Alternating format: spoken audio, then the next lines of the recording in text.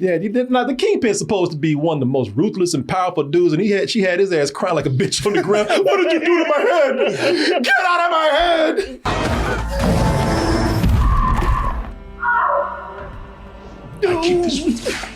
Stop it! They almost ruined his character with that. Like at the end, he's like, I'm going home. Yeah, he shouldn't have run out of there. Come on, guys. He ran out of there yelling at his plane. Stop that shit! This bitch is crazy. Stop playing. I don't want to play with you guys anymore. You're not invited to my birthday. Oh, man, his big ass running.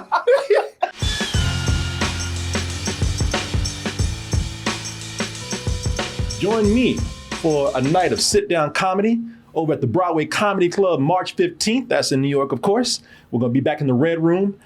You know, when we were given some preview episodes for the series Echo, Marvel series Echo on Disney Plus, they only gave us 3 episodes, and we gave our opinions on those 3 episodes last week at some point. What was it, last Tuesday? Mm-hmm. Yeah, last Tuesday.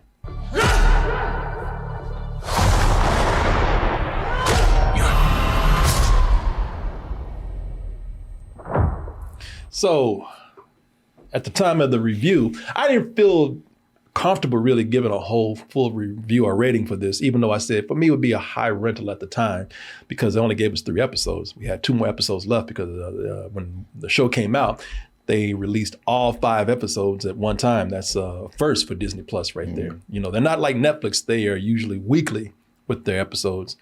But they did all 5 episodes here. And I even think a lot of people, when they did their reviews, they were like us. They only did it based on the first 3 episodes. But I did want to hold back because I gave it a high rental. You gave it a high full price, I think. No, low full price. Low full price. There you go.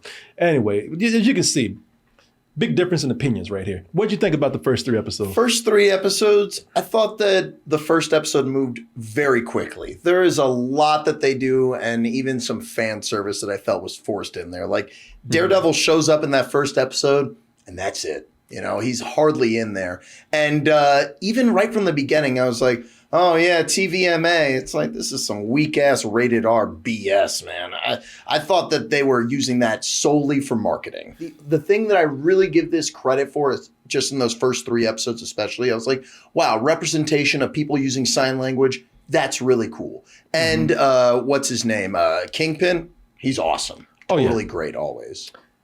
Yeah, you kind of feel like I do in a way. I do. Well, like if you gave it a rating, what would you give it? For the first 3 episodes, like a rental, I guess, maybe almost a matinee. Okay. So I kind of feel like I do in a way. I didn't need a lot of blood or anything, you know. I didn't even think the action was very good though. I did. See, I didn't think I needed a lot of blood or gore or anything like that. It needed to be on the level of the Netflix shows. I just thought that the tone wasn't really mixing with the TVMA right there. But then again, you know, that was some the only reason I mention it is because they were bragging about it. You know, they're like, this is the darkest yet Marvel's gotten. It's like, I guess. Well, for Disney, yeah, you know, Disney Plus, it is the darkest. They, you know, that's a given. I mean, you can't argue with that.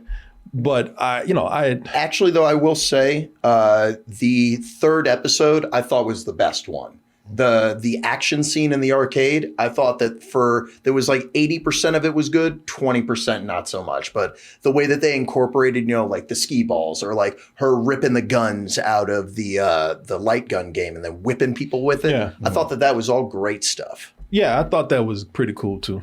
Yeah. I didn't hate it. I just thought that I didn't think that it was story-wise living up to its potential.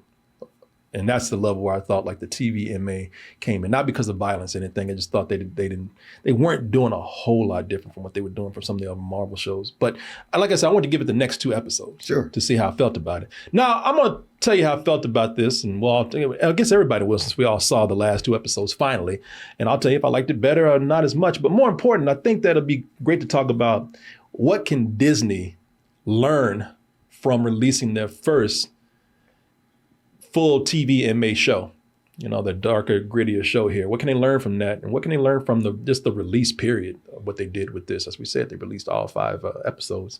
So after watching Well, Lamar, let me ask you, since you enjoyed this the most out of all of us, you saw the last 2 episodes. I did. What'd you think?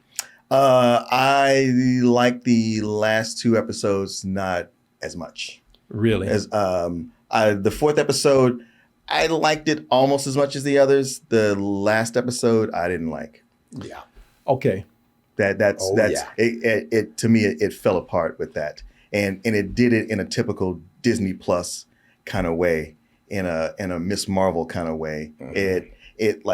Things it was set up before, it suddenly dumps it all out, and I was like, if you're going to do this, that 4th episode should have had a lot more that's there. Yeah. Rather than you just dumping it, and we're supposed to just go with it and believe in it. And I was like, this bums me out. It doesn't make me hate it, but it bums me out that this is where you went with this. You and I are almost in solid agreement on that, because I think what this show suffers from, and I couldn't tell it because I was going by 3 episodes, but I think what this suffers from is that it feels rushed. Absolutely. Yeah, rushed. And I don't know if that has something to do with this having to be 8 episodes at one time, as it was rumored to be, and then it was edited down or brought down to 5. Something about Kevin Feige wasn't happy with it or something, so they brought it down to 5. Now, I don't know if that's true or not, but either way, it felt rushed, especially with the parts that you're talking about. So with that last episode that you speak of, that's when I said, yeah, that's what this whole thing suffered from. It suffered from being pushed along too quickly, and that was really apparent to me with number 5. And the reason why is because, I kept telling you about all the flashbacks in this. Yeah. So I thought the flashbacks were kind of holding the show back or slowing it down. And I said, well, you know what? Let's wait and see what happens What it leads to. Yeah. And I don't think that it led to anything too good, because I think they rushed Maya's powers in here. Maya, played by Alakwa Cox here. Maya Lopez, the main character, Echo. I don't think her power was written to the story too well. Because all those flashbacks is like, let me just shut up and wait and see where that goes. And it all went to this last minute payoff. Yeah. Almost the term Deus ex machina. Right. So her powers are, I guess, to echo her ancestors. Yeah. And so that's why we're showing all these flashbacks. I think that we're going to have those many flashbacks. Those powers should have been made a bigger deal out of. Yeah. Or they should have come in at some point and been explained a little bit better, instead of the last minute where the Kingpin's about to beat her ass and she needs her great grandmother back up to get her back up, and everybody else and her aunties and aunties and all them, because that's what happened. The last minute when she has her confrontation with the Kingpin, all of a sudden her powers manifest. And in writing, that's never a good thing to have all your powers manifest at the last minute where you need it the most. Right. And then grandma's kicking each other in the balls with glowing hands and everything. Now we got Blue Beetle syndrome. Yeah. Kick that bitch. Man, I did not understand her powers with that part. And then I didn't understand her powers when she messed with the Kingpin's mind, when she got all up in his head. Know. Yeah, you did not. The Kingpin's supposed to be one of the most ruthless and powerful dudes, and she had his ass crying like a bitch on the ground. What did you do to my head? Get out of my head!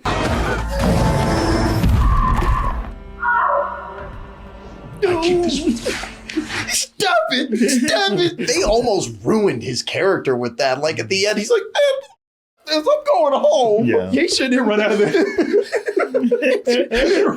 Come on, guys. He ran out there yelling at his plane. Stop that shit! This bitch is crazy. Stop playing. I don't want to play with you guys anymore. You're not invited to my birthday.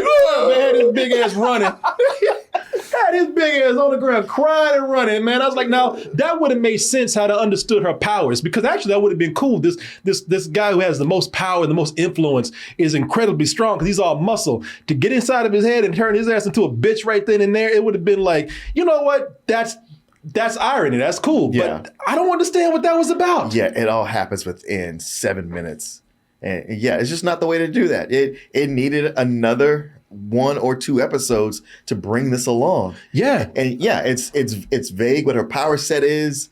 and then the transferring to other members of the family. You're like, wait, what's going on here now? Yeah, that's another thing. I didn't get that either. I mean, I know they said, well, it's coming. Y'all just wait. Yeah, I was annoyed that I figured out what her powers were before the character did. And it's almost like Disney was like, oh, more mature superheroes, so we don't show her using her powers. It's like that was their understanding of it. And that's totally wrong. People, this is the climax.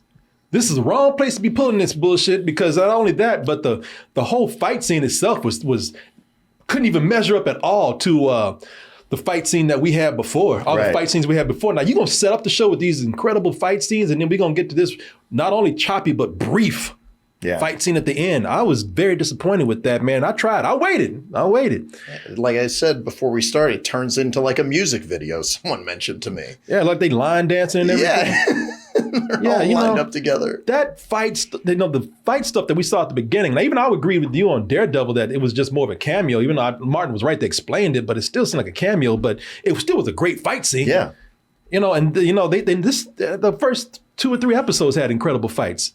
And then when he's beating up that ice cream man. Oh yeah. What man, he's out of breath just from beating up ice cream man. I'm like, how you gonna take on the Punisher? When you beat an ice cream man, you go. I was hoping, and I never really got a compelling argument for why he adopted Maya the way he did.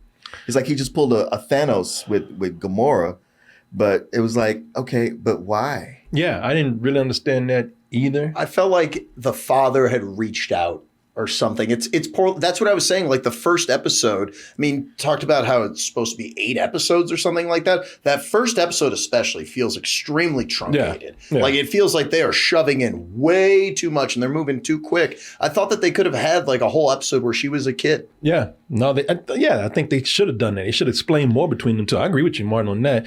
Well, she got all up in that head. I'm really disappointed with that, man. But I tell you, it's too bad because some of the things I think they got right were actually done with the Kingpin and with Maya. I'll tell you, man, first of all,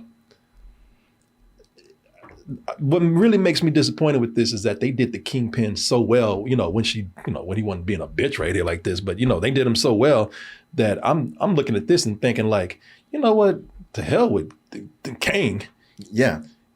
If they could actually do one of the things, now I'm getting to some of the things I think they do right. If they could actually start, doing more with the Kingpin and putting him in series or properties with better writing, then I think I already think he's a much better villain than Kang. I'm sorry, Jonathan Majors. You're going through a hard time right now. Like, they didn't give me a chance. There is a couple of moments of really good writing with Kingpin and Maya, the way that they're like going at each other. Like when he's holding her down, they put that contact in her eye and like it shows like his meta VR hands, doing the signing for him. Yeah. I was like, okay, that's great. And she's like, you didn't even learn sign language. And he gets really pissed. It's like, all right. That's the character. Well, the thing what you have with that's something they have over like Kang. Look, as much as we like Jonathan Majors, we liked Jonathan Majors. We didn't know a goddamn thing about Kang. Right. All right. Kang. I always say like Kang as a villain is a bitch. Kang has never excited me in comics. So it's like he's gonna be Kang. All right. Yeah. I was like, well, I hope he brings something to it. Yeah. What we like about Kang, we just been told he's a badass. Mm-hmm. We don't know nothing about no Kang. Yeah. They took his ass down easy, but he got beat by Ant-Man. Ant-Man, the joke of the goddamn Avengers. He got beat by Ant-Man. All we've been told is like, oh, but wait a minute, he's going to be a badass later. Okay, when? All right, I don't know, but I know one thing. I know the Kingpin's a badass now. Thing with the Kingpin, what I really like about the Kingpin and this, and I think it's that next great villain right here, even if he's on a street level, the Kingpin feels way more threatening. Sure. The thing with Kingpin is that his motives are clearer. Him being more human helps out, I guess, because it's more disturbing. We've seen just in this show alone the displays of a very conflicted but very dangerous human being. As we just talked about, we saw him beat the shit out that ice cream guy. That man thought he was about to go and sell his ice cream for the rest of the day. Kingpin yanked his ass into an alley and beat the shit out of him.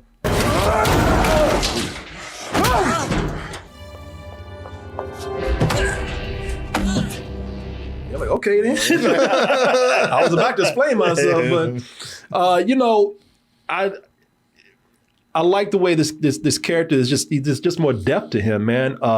Because right here we see that he's a guy who's disturbed, and no matter how Disturbed, yeah, yes. no matter how cool he tries to play it, no matter how much power he has, he still has those issues from childhood, from where he killed his father, and he still has this anger inside of him. But also, looking at this character here, I think that we've seen him be very charming.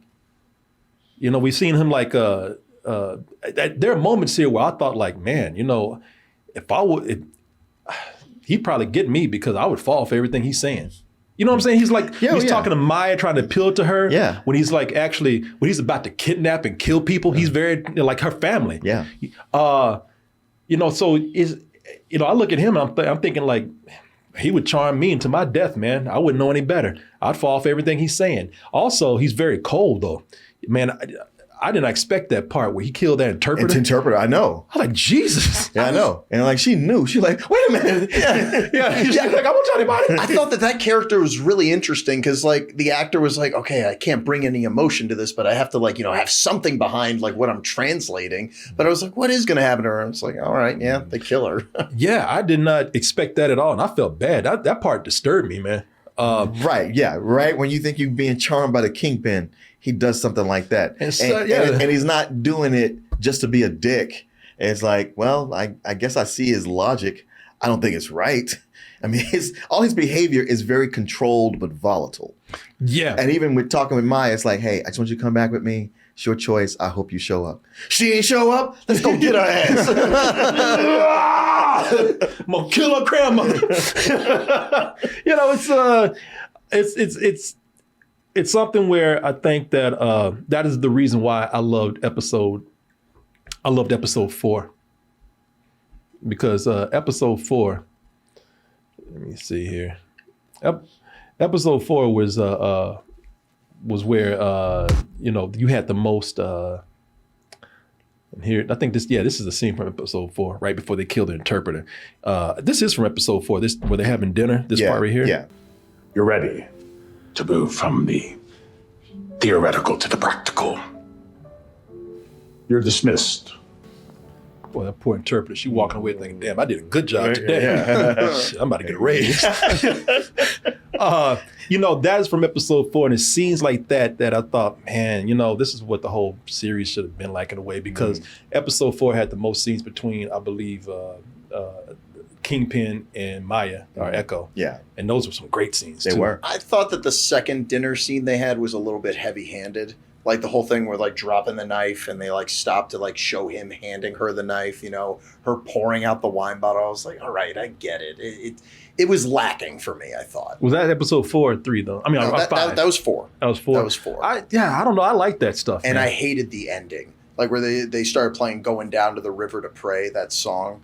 And this episode, number 4, was also where I thought, I don't have it exactly like the timestamp, but there were some parts where like Marvel jokes started slipping in. And they were trying to like ease in a little bit of comedy, I thought. So I thought that stuff was bothering me earlier instead of this episode here. But then again, I'm not arguing with you. No, I'm just saying, we got, showing that we got two different ways of looking at it. But episode 4 still remains my favorite one, because by the time we get to 5, I thought 5 was kind of all over the place. And it falls apart. Yeah, it was so weak. Yeah. And, I'm speaking as somebody, like, for me, it's the biggest letdown, because I was really digging the show and liking everything they were doing. And they get to episode 5, and it's like, man, you guys just in one episode did all the things that I thought you were so good about avoiding. But I think it shows all the Kingpin scenes in here. At least it shows why having a clear motivation for a character works. Sure.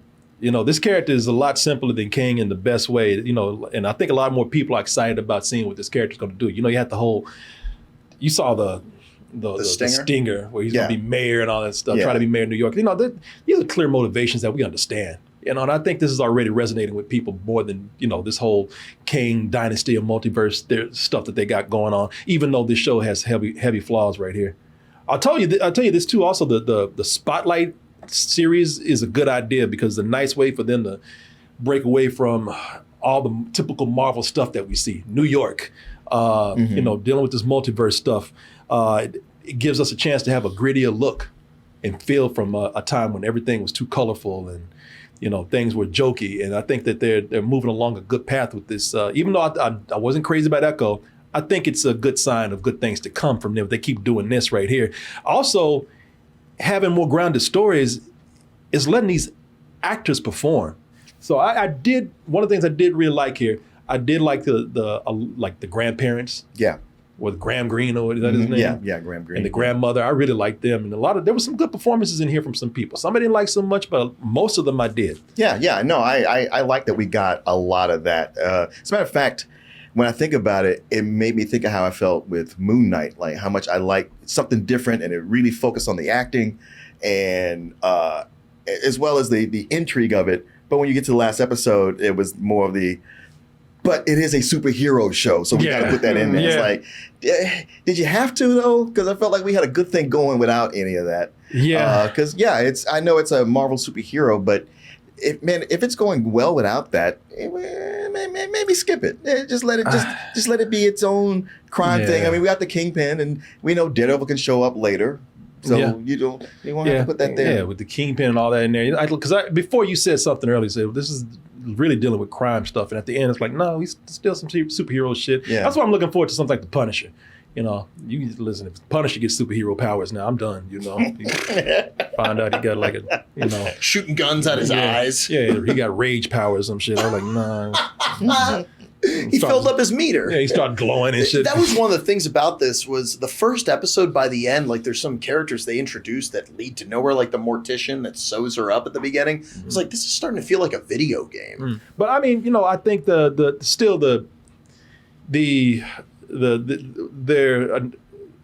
most of what they did with the ideas of having the spotlight series here, which is like we're going to be a little more grounded. We're going to be we're not going to emphasize superpowers a whole lot. We're definitely not going to be in the bigger things. Mm. It's not done perfect here, but a step in the right direction. If you can improve on what we have right here, just quit rushing these things, man. Because I think that's the problem. Like with WandaVision, that was my problem with WandaVision, and I got it because it was COVID. Yeah. But a lot of these things feel rushed when they get to the last episode, especially. But this felt rushed the whole way through. But I will say this. Well, let me ask you this. Dropping all 5 episodes. What do you think? I think it's fine. Yeah. I like that. That's what they did with Twisted Metal, and I love that. I love being able to, if I want to, I can just go through it all. Yeah, I think Disney might want to rethink its policy on releasing these weekly because right here, looking at an article, I think it's from Deadline. Yes, Deadline. It says here, Marvel's Echo premieres at #1 on both Disney and Hulu. You think dropping all 5 episodes has something to do with that?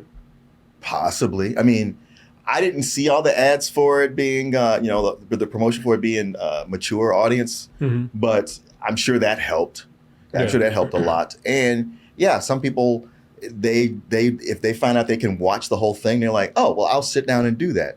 Yeah, as opposed to, I'll wait until it's all done and watch it. Yeah. Yep. That's how I normally am about it. Yeah. I wouldn't have finished this if they were doing a weekly thing. After the 3rd episode, I've been like, all right, she's MacGyver with glowing spiral hands. That's enough. Yeah, they might want to rethink that. I mean, for some of the shows that they really want to promote or believe in, whatever, they're doing something different with, it doesn't hurt to bend from that rule every now and then. It's got to be some good shit if they're going to hold back on releasing the episodes. Yeah. I'm like you. I would have lost my patience with this. Like I gave up on Secret Invasion. It's for the best. Yeah. I just didn't even bother. Yeah, I stopped at about 4 episodes. I was like, I got things to do. I don't need to be doing this right here. So anyway, well, what did y'all think about? Some people said release Andor season 2 all in one. I wouldn't be opposed to that. And there's a lot of people saying, "See, Disney, learn from this right here. Ain't no use trying to hold back, being all precious and shit." What do y'all think about Echo? Now that all 5 episodes out, what did y'all think about it? Who saw it? Did y'all like it more? Did you like it less? Did you like it all the way through? About the same? Did you like it at all? Or did you not like it? Let me know. What about ratings for it though? I'm still going to keep my high rental. Like I enjoyed it. as far as like something different, first of all. And I enjoyed that it was 5 episodes, even though I thought it could have used something. I don't know if they would have done. I don't know if they needed more episodes to flesh it out, probably. But I'm glad I got to get through it quick. And there, like I said, really love the Kingpin. I love Vincent D'Onofrio. How you say D'Onofrio? D'Onofrio. I love D'Onofrio. D'Onofrio. D'Onofrio. Looking at the spelling. Once again, say it again. D'Onofrio. D'Onofrio. Yeah, there. D'Onofrio. Yeah. I was saying it like that, and then I looked at the spelling, and then I was like, I don't know if I'm saying it right, because I mess up names. So I was like, I don't know. Yeah, you had it. You've always said it correctly. I was wondering, what's going on? I know that I looked at the spelling hard today. I was like, I don't know if I've been saying it right the whole time. D'Onofrio. I have been saying that, and then I just got nervous today. I loved him, and I really liked Alakwa Fox. Yeah, I like her a lot. Yeah, I think Cox. I'm sorry. I think that Vincent D'Onofrio totally carries this, and his character kind of falls apart at the end. Mm-hmm. But for me, I'd say it's probably like a low rental. It left me with too many questions going, what is that? Like the whole thing of the mom dying at the beginning, her power is that she's got magic hands, except if those magic hands are on a steering wheel, then she's so. So there's too much stuff in it that made me go like, you're rushing this. And her making a rollerblade gun, I was like, all right, relax, guys. You're getting crazy. Yeah. Okay. I can see that. Martin, what'd you think? Well, I started at a low full price. And then that last episode was kind of a low rental. So that makes it average to about a low matinee. Low matinee. All right, then. Well, there you go. Because I really, really liked Alakwa Cox the more it went on. Yeah. Like she became such a shining star that everything else that was a flaw wasn't bothering me so much until it got to that point where it's like, okay, I can't ignore this. Yeah. No, I hear you. Yeah, Billy creeping in. Look at him. Of course. High School Musical. Some would say white women. Oh. Oh, yeah. I see somebody's posting from one of the most recent Punisher runs where he joins the Hand and becomes the avatar of Satan and fights Ares, the god of war. Okay, don't do this. Stop. Don't do that. All right, Disney. Don't you even look at that. Have Kratos coming up to Punisher. I was sent here by Ares to talk to you. Yeah. God, that is so dumb. Yeah, don't you even get no ideas, Disney. Don't you do that shit. When you said Foot Clan, I was like, what the f- is working against the Ninja Turtles? No, the Hand. Oh, the Hand. Hands and feet, I get them mixed up. No, you said the Hand. Okay, yeah, that's my bad. Flight. Hands, feet, what's the difference? And getting his actions mixed up, getting his body parts mixed up. Tom Cruise in movies they don't need to be in. I'm just What's wrong with you today, man? I don't know. And always comes in with confidence too. Yeah. What are you, man, talking that Ninja Turtle shit? Crazy.